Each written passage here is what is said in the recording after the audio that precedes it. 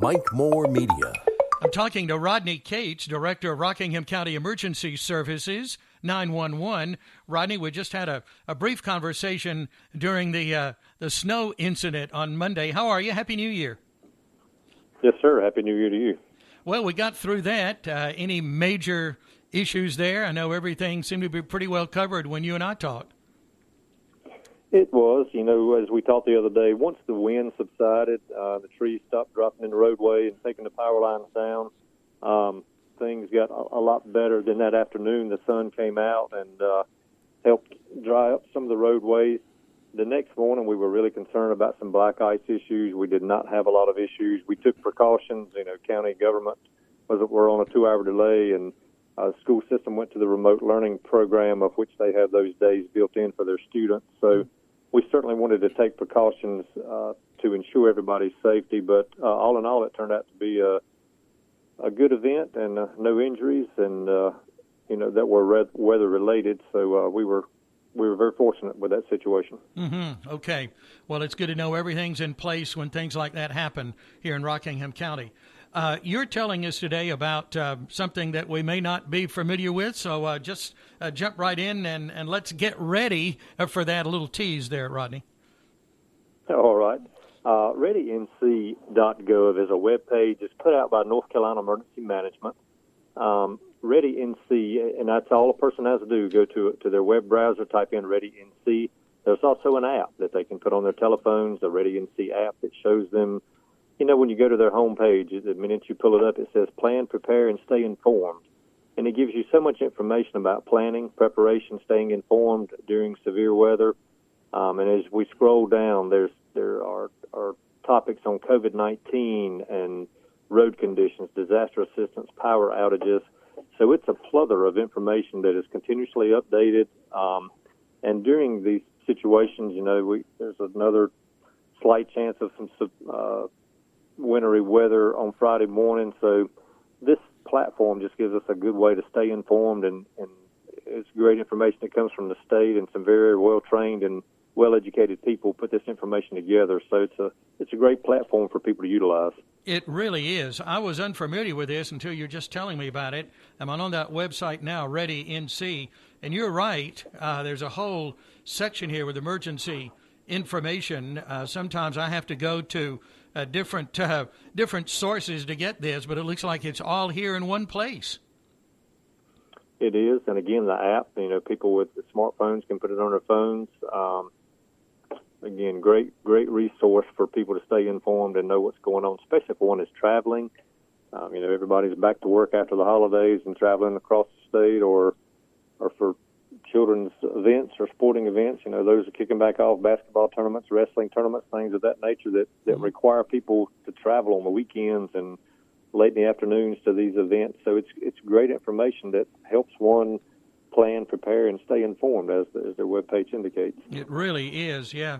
So ReadyNC.gov, and you said just type in ReadyNC, and you're right there, and everything we need to know is right there in our phone. That is terrific resource for sure. Okay. Well, thank you for that information. Where are we as we start the new year with Rockingham County Emergency Services? Any changes, anything as the new year begins, or how are we with staffing? Is that okay right now?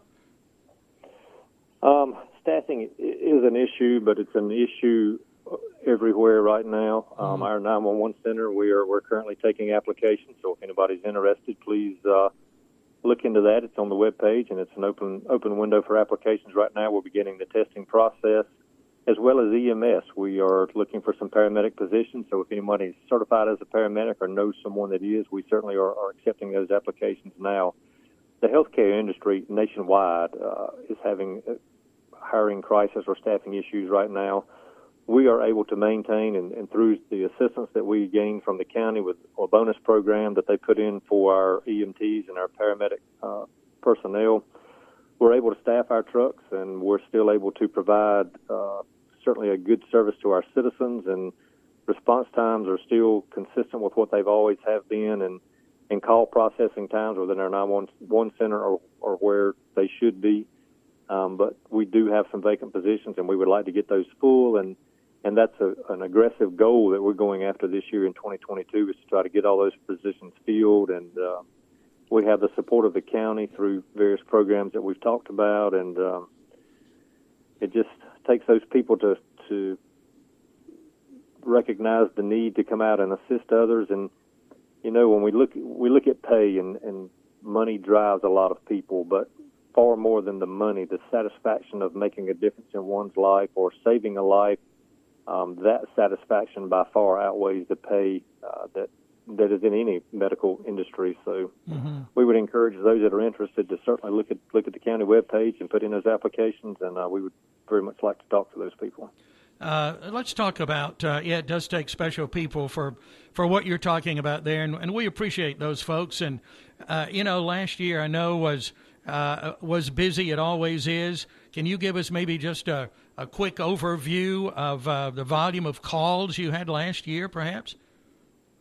I did a brief survey just the other day of our calls for last year. I was looking up some information for a fire chief that needed some information, and we dispatched just over 132,000 calls for service. And when I say dispatch, that means we allocated a resource, whether it be law enforcement, EMS, rescue, or the fire department. We allocated a resource to over 132,000 requests throughout the county last year. When you look at the number of telephone calls, number of telephone calls that is answered in the 911 center will exceed the number of dispatches we have, because you'll have duplicate calls on, say, a wreck or a power line down. Multiple people will call that in. So I did not look at our phone data, but I would estimate our phone data to be somewhere in the mid 140,000 range of how many telephone calls that we answer.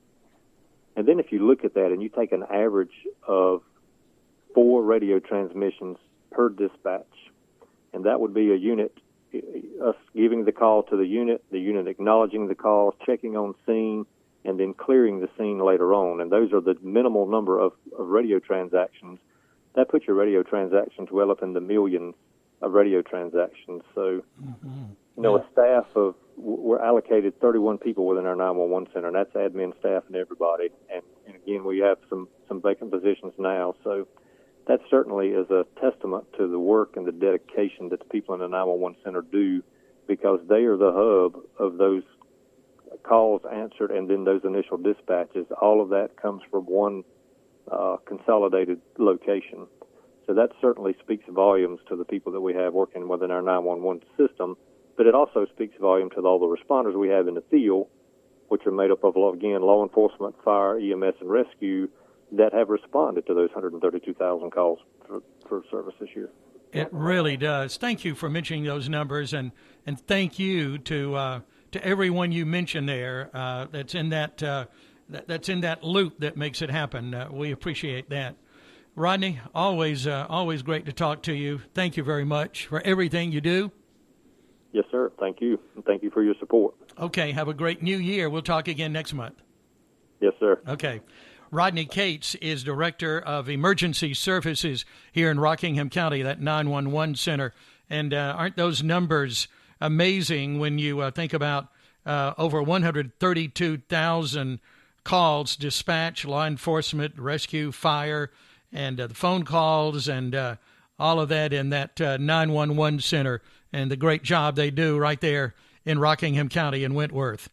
Well, that's our program for today. I'll remind you, you can get more information on what we're talking about here at myrockinghamcountync.com. That's a county website, but to get a little more close to home there, go to Facebook, Rockingham County Emergency Services.